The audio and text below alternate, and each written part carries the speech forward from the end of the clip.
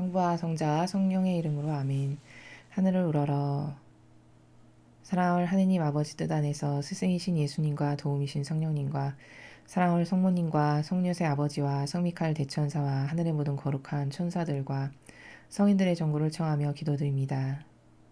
사랑할 아버지, 잘못된 사고방식과 인간의 뜻이 교묘한 누룩으로 만들어 놓은 제도와 전통에 갇혀 사는 이 인류를 불쌍히 여겨주시옵소서.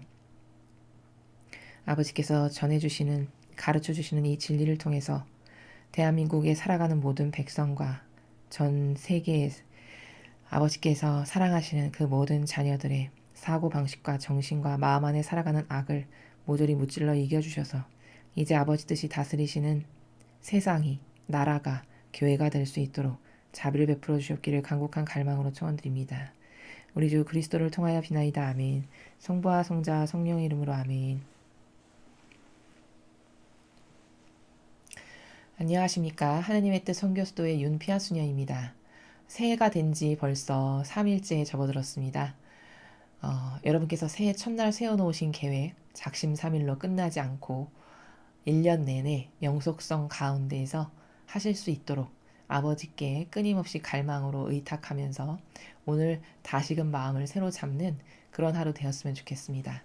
오늘도 아버지께서 가르쳐 주시는 진리를 함께 여러분과 공부해 보도록 하겠습니다.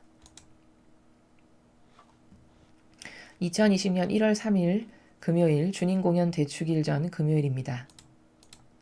제1독서 요한 1서 2장 29절에서 3장 6절까지 말씀입니다.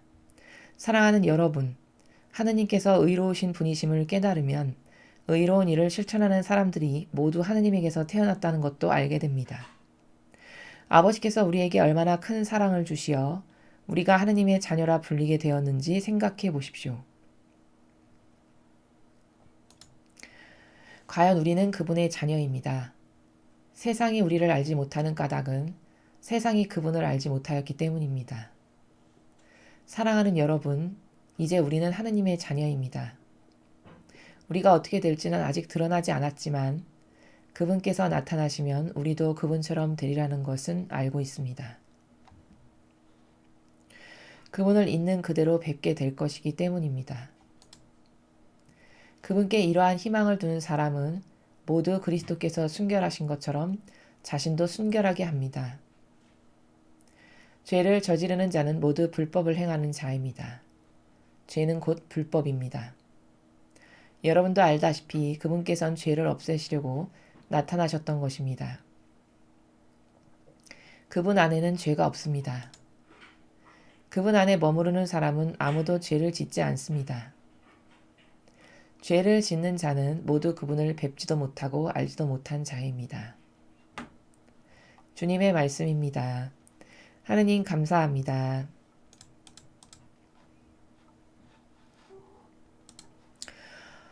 오늘 어제에 이어서 요즘에 계속 요한 복음을 우리가 함께 보고 있습니다. 오늘 요한 1서 어제에 이어서 2장 29절에서 3장 6절까지의 말씀을 여러분께서 함께 읽으셨습니다.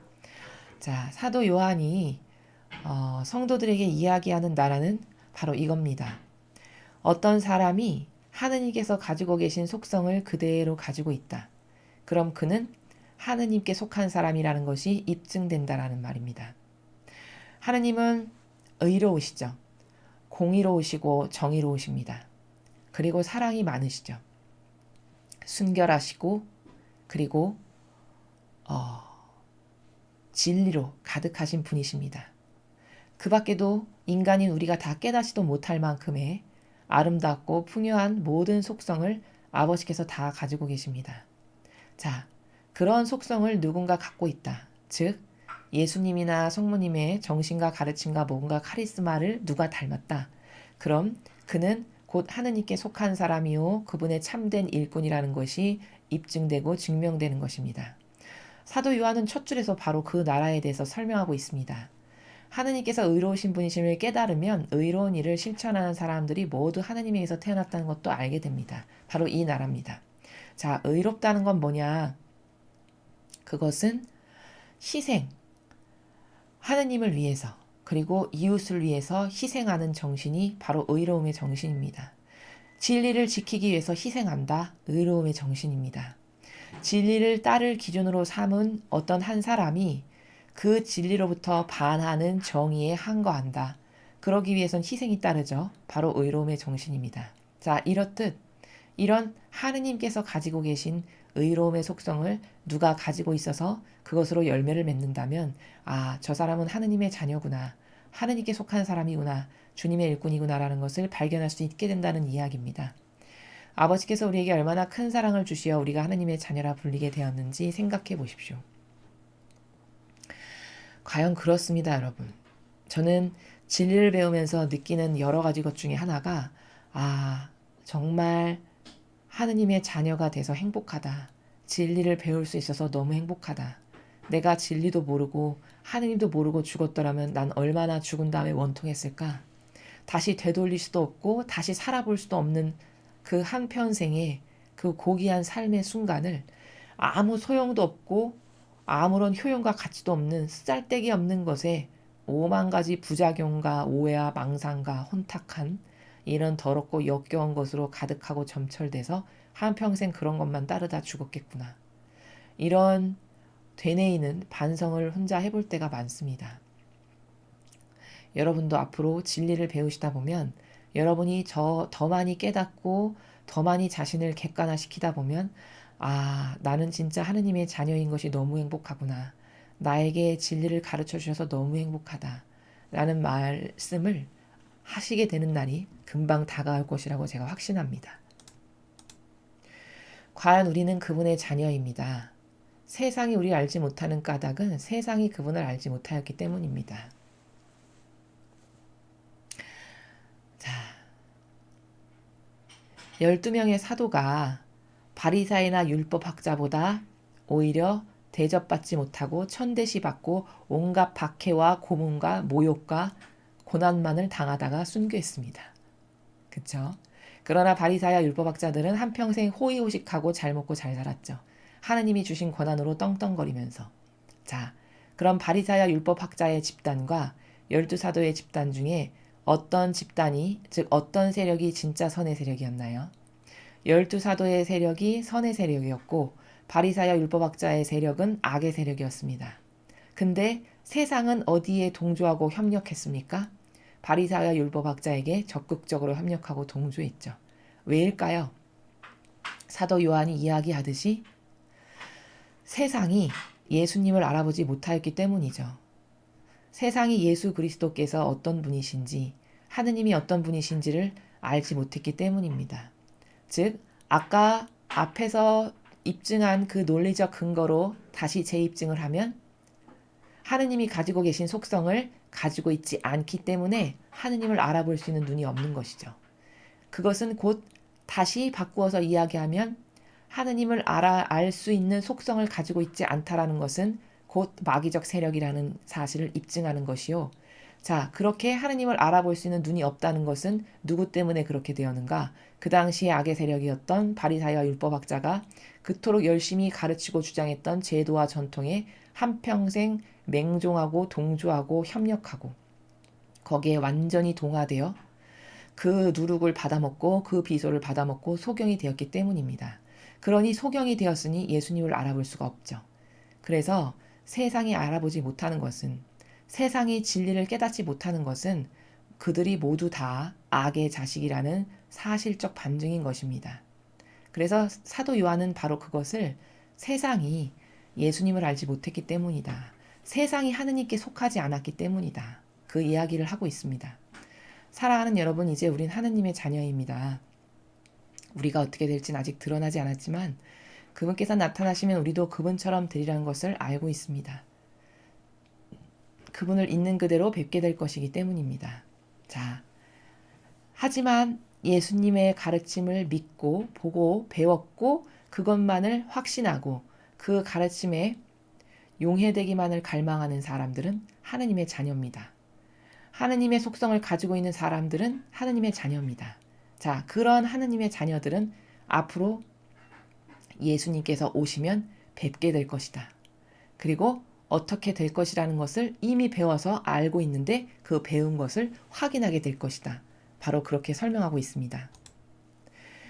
그분께 이러한 희망을 두는 사람은 모두 그리스도께서 순결하신 것처럼 자신도 순결하게 합니다. 예수님께 희망을 둔다는 것은 바로 뭐죠? 그분과 하나 되는 것이죠. 자, 희망을 두는 사람은 모두 그리스도께서 순결하신 것처럼 자신도 순결하게 합니다. 자, 예수님께 희망을 두는 사람은 그분을 믿고 신뢰합니다. 그렇기 때문에 그분의 정신과 가르침과 모범과 카리스마만을 따르기를 원하고 갈망합니다. 그래서 하나가 됩니다.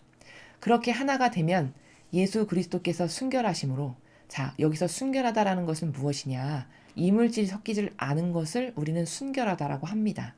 그러니까 본질적으로 봤을 때 영적인 나라에서 순결하다라고 하는 것은 과연 무엇이냐? 하나님의 뜻 진리만을 따르지 인간의 뜻이라던가 인간의 교묘한 의지가 만들어 놓은 제도와 전통을 따른다던가 이런 불순물을 집어넣지 않고 온전하고 완벽하고 깨끗한 하느님의 뜻, 신적인 질서, 진리, 예수님의 가르침, 그것만을 따르기를 갈망한다라는 것이죠. 예수님께서 바로 그런 순결한 속성으로 가득하신데 그분을 믿고 따르고 갈망하고 의탁함으로 거기에 속하게 되니까 그도 똑같이 예수님처럼 순결한 것을 좋아하고 그 순결한 것을 따르게 된다는 말씀이십니다. 죄를 저지르는 자는 모두 불법을 자행하는 자입니다. 죄는 곧 불법입니다. 자, 불법. 불법이 곧 죄다. 불법을 자행하는 것이 죄다. 라고 죄를 지금 죄의 정의를 하고 있습니다. 자, 그럼 여기서 말하는 불법이 뭘까? 여기서 말하는 불법이 법치주의를 안 지켜가지고 길거리에 쓰레기 버려서 범칙금 내는 이런 불법을 말하는 것인가? 그것이 아닙니다. 이 불법은 따라야 될 규칙과 법칙이 엄연히 있는데 그것을 무시하고 지키지 않고 함부로 대하고 오히려 그 경계를 허무는 것이죠. 그것이 모두 다 불법입니다. 자, 그럼 따라야 될 규칙은 뭘까요? 진리죠. 예수님께서 몸소 보여주신 아버지의 뜻 진리. 세에 대해 불문하고 불변의 원칙인 진리. 자, 그 진리를 지키지 않는 것. 이게 다 불법이라는 거죠. 자, 그 불법이 바로 곧 죄다. 그러니까 죄라는 것은 하느님의 뜻을 따르지 않고 인간의 뜻인 자기의 뜻을 따르는 것이 곧 죄라는 것입니다. 하느님께서 세워놓으신 엄연한 경계요 규칙인 십계명이 있는데 그 십계명의 정신을 따르지 않고 내 뜻, 내 정신, 내 선, 그리고 내 기호와 경향과 취미가 맞다고 생각하는 것, 이런 것을 따르는 모든 것이 다 불법이고 곧 죄다. 이렇게 이야기하고 있습니다. 여러분도 알다시피 그분께서는 죄를 없애시려고 나타나셨던 것입니다. 그분 안엔 죄가 없습니다. 그렇죠. 예수님께서는 온통 아버지의 뜻만을 이루기를 한평생 갈망하셨죠. 돌아가시기 직전까지 이제 다 이루었다 하실 만큼 그렇게 퍼펙트하고 완벽하게 아버지 뜻을 이루고 돌아가셨습니다. 그러니 당연히 그분 안에는 불법이 없죠. 그분 안에는 죄가 있을 리가 없죠. 그분은 철저하게 아버지의 뜻, 진리, 그 신적인 질서, 그 경계를 목숨보다 더 귀하게 여기고 그것만을 따르기를 갈망하셨고 그것만을 제자들에게 전하셨죠. 그러니 당연히 그분 안에는 죄가 없다는 것이 이런 논리만으로도 얼마든지 입증이 가능한 것입니다. 그분 안에 머무르는 사람은 아무도 죄를 짓지 않습니다. 죄를 짓는 자는 모두 그분을 뵙지도 못하고 알지도 못한 자입니다. 그분 안에 머물렀다는 것은 예수님의 그 정신, 세계, 예수님과 어머니 하나 되신 성심 안에 머물러가는 사람입니다. 머물러서 살아가는. 그럼 그 안에는, 성심 안에는, 예수님의 정신세계 안에는 오로지 아버지의 뜻만을 갈망하신 것밖에 없습니다. 그러므로 그 안에 용해되기를 갈망하는 의지를 가지고 살아가는 사람은 죄를 짓지 않을 수밖에 없죠. 예수님과 하나 되었으므로. 설령 부족해서 어떤 자신의 부족한 경향이 예수님의 정신과 반하는 것을 하려고 하는 순간 어떻게 될까요? 용해되기를 항상 갈망한 의지를 갖고 사는 사람은 그것을 하지 못하도록 예수님께서 막아주십니다. 그래서 죄를 피할 수 있도록 그렇게 막아주시기 때문에 죄를 짓지 않게 될 수 있다. 그러니까 죄를 짓는다는 것은 신적인 질서를 따르지 않는 것이요. 그것은 곧 자아요, 자기 뜻, 자기 의지, 자기 기호, 자기 정서를 따르는 것이 곧 죄다. 그것은 불법을 자행하는 것이다. 그리고 그렇게 불법을 자행하고 죄를 짓는 것은 예수님을 뵙지도 못하고 알지도 못한 사람이라는 것을 입증하는 거다. 자기 스스로가. 그렇죠. 그분을 알고 배웠다면 그분의 위대하신 정신세계에 탐복하지 않을 사람은 없죠. 그분의 정신세계가 얼마나 아름답고 완벽하고 매력적인지를 발견했다면 그것을 따르기를 갈망하지 않을 사람은 없죠. 그것을 보지 못했고 혹은 보고 들어도 알 수가 없을 만큼 마귀에게 완전히 눈이 가려졌다면 그렇다면 뵙지도 못하고 알지도 못한 자가 되는 것이죠. 그럼 불행하게도 끊임없이 죄를 지을 수밖에 없게 되는 것입니다. 그래서 사도 요한은 오늘도 하느님이 어떤 분이신가, 그 하느님의 뜻을 한평생 갈망하면서 행하셨던 예수님은 어떤 분이신가, 이런 것에 대해서 성도들에게 가르쳐주고 전하고 있습니다.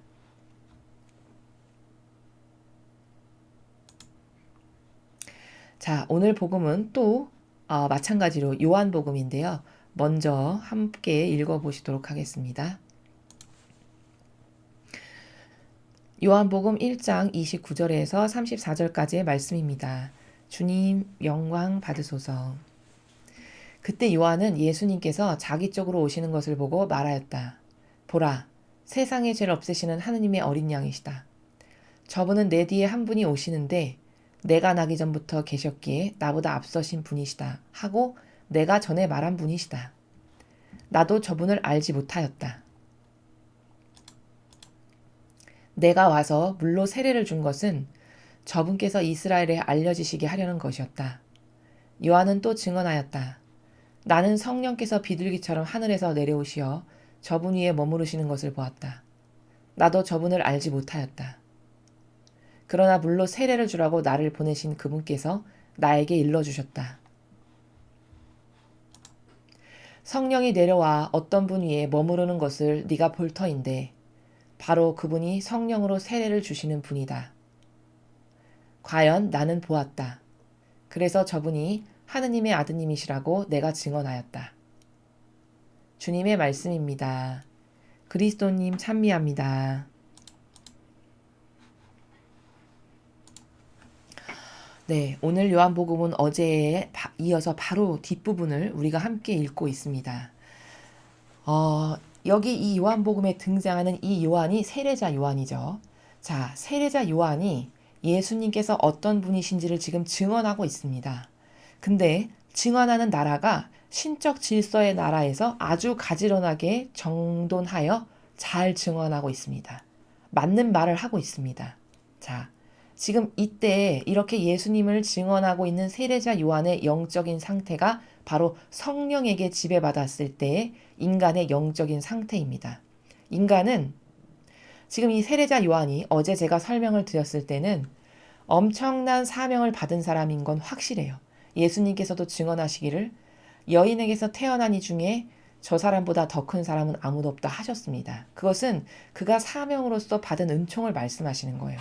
근데 그러나 하늘나라에서 저보다 더 작은 사람은 없다라고 하셨어요. 그건 뭐냐? 엄청나게 사명은 중요하고 사명을 통해서 맺은 열매에 따라서 평가받기 마련인데 맺은 열매가 준 은총에 비해서 형편없이 효용과 가치가 떨어진 거죠. 그래서 하늘나라에서 꼴찌의 자리에 갈 수밖에 없다라고 예수님께서 직접 증언하신 것입니다. 자, 근데 오늘 우리는 여기서 세례자 요한이 올바르게 증언하는 것을 지금 보고 있습니다. 올바르게 똑바르게 증언하고 있는 모습을 보고 있어요. 그럼 어제는 그렇게 말했고 오늘은 이렇게 말한 그 세례자 요한은 도대체 왜 그런 것인가? 그런 궁금증과 의문을 가질 수가 있죠. 자, 여러분, 인간은 환경에 굉장히 큰 지배를 받는 사람이죠. 세상 사람들도 환경의 지배를 많이 받는 인간의 나약한 습성 때문에 좋은 교육 여건, 좋은 환경 이런 것을 찾아갑니다. 그것은 다 왜 그럴까요? 잠재적으로 그 인간이라는 속성, 갖고 있는 속성이 환경의 영향을 많이 받는다라는 것을 내재적으로 인지하고 있기 때문인 거죠. 자, 우리는 영이라는 세계가 분명히 존재합니다. 이렇게 이론적으로 보이는 이런 육 말고요. 내 영혼이라는 것이 내 눈에 보이지 않지만 반드시 존재한다라는 것을 우린 인정할 수밖에 없죠. 자, 왜 인정할 수밖에 없냐? 여러분, 비물질적인 생명이 여러분 눈에 보입니까? 보이지 않죠. 생명이라는 것은 보이지 않습니다.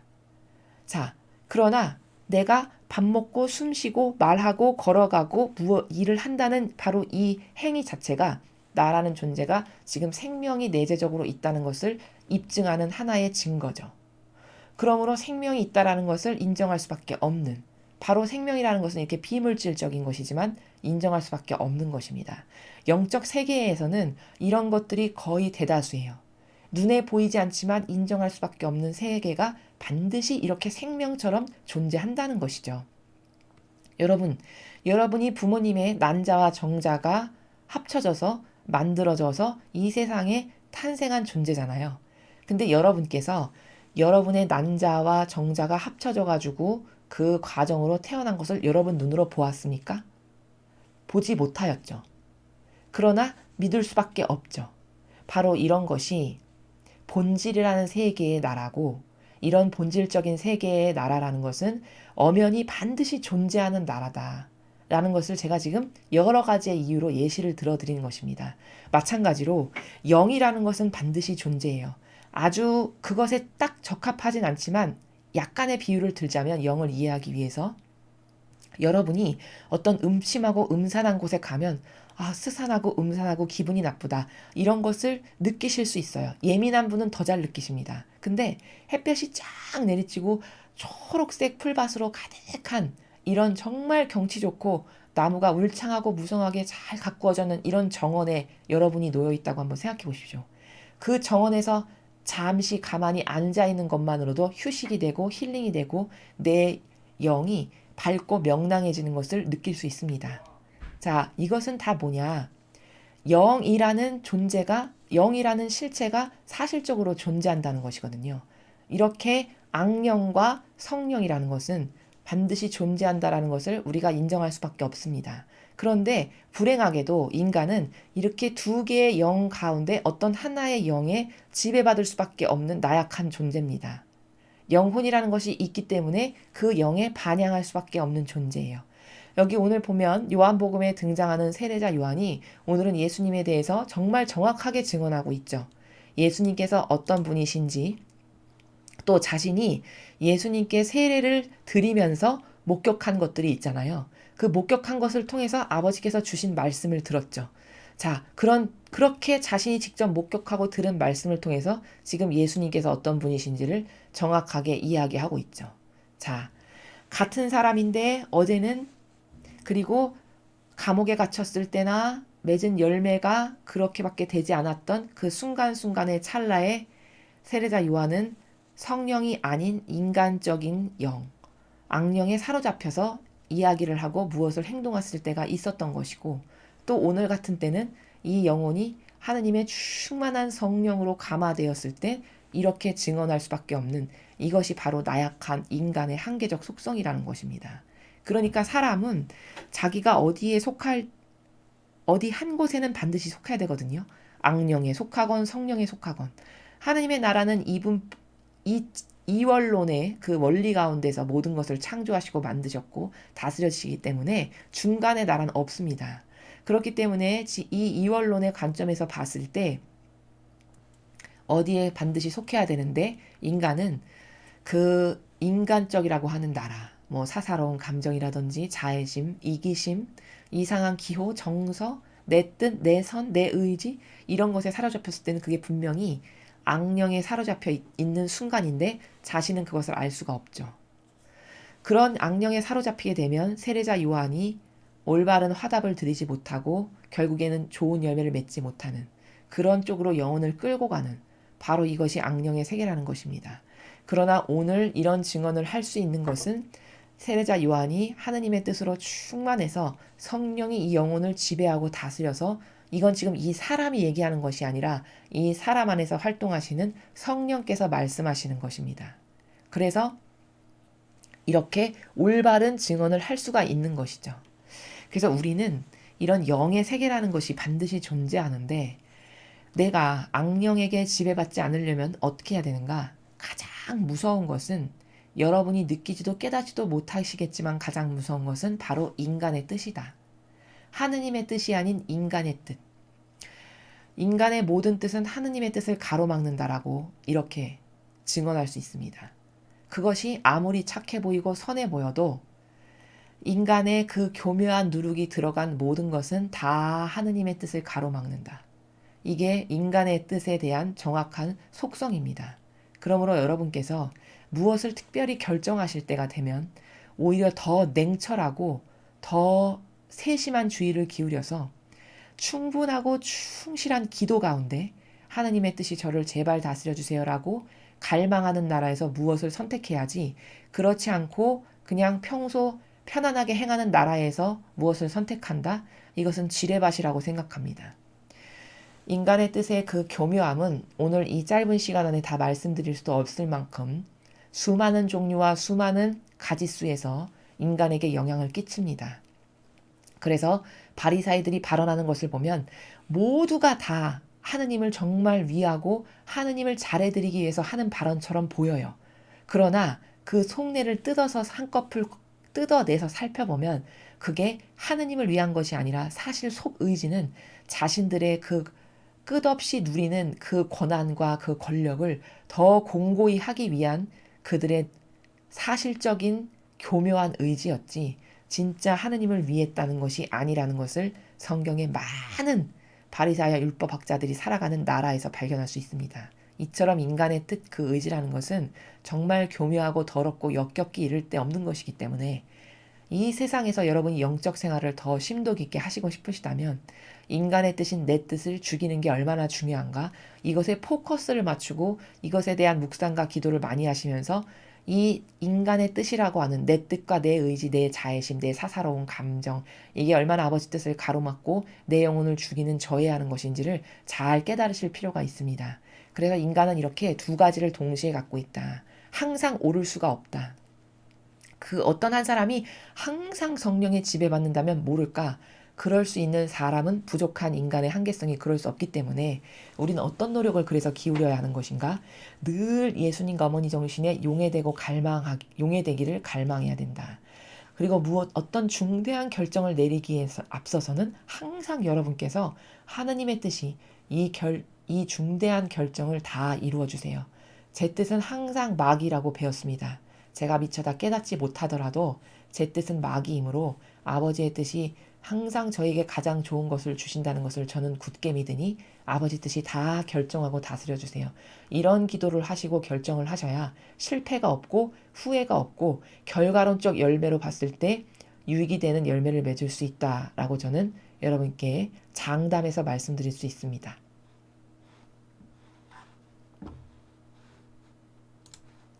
네, 오늘은 요 근래 계속 그 사도 요한의 서간과 그리고 복음을 함께 공부하고 있는데요. 특별히 어제와 오늘에 거쳐서는 세례자 요한이라는 인물이 왜 열매를 올바르게 맺지 못했는지, 어떤 한계성 때문에 그랬는지, 그럼 세례자 요한을 통해서 우리가 무엇을 경계해야 되는지, 인간이 어떤 한계적 존재인지, 나라는 존재를 객관화시켜서 똑바로 깨닫는 것이 진짜 중요하다. 이런 여러 가지의 관점의 나라에서 말씀드렸습니다. 오늘도 주신 말씀으로 여러분의 정신세계를 또 한 차원 끌어올려서 아버지와 예수님과 성령님과 그리고 어머니와 완전히 용해되어서 살아가시는 그런 하루 되시기를 축복합니다. 이상 2020년 1월 3일 복음 해설을 마치겠습니다. 감사합니다.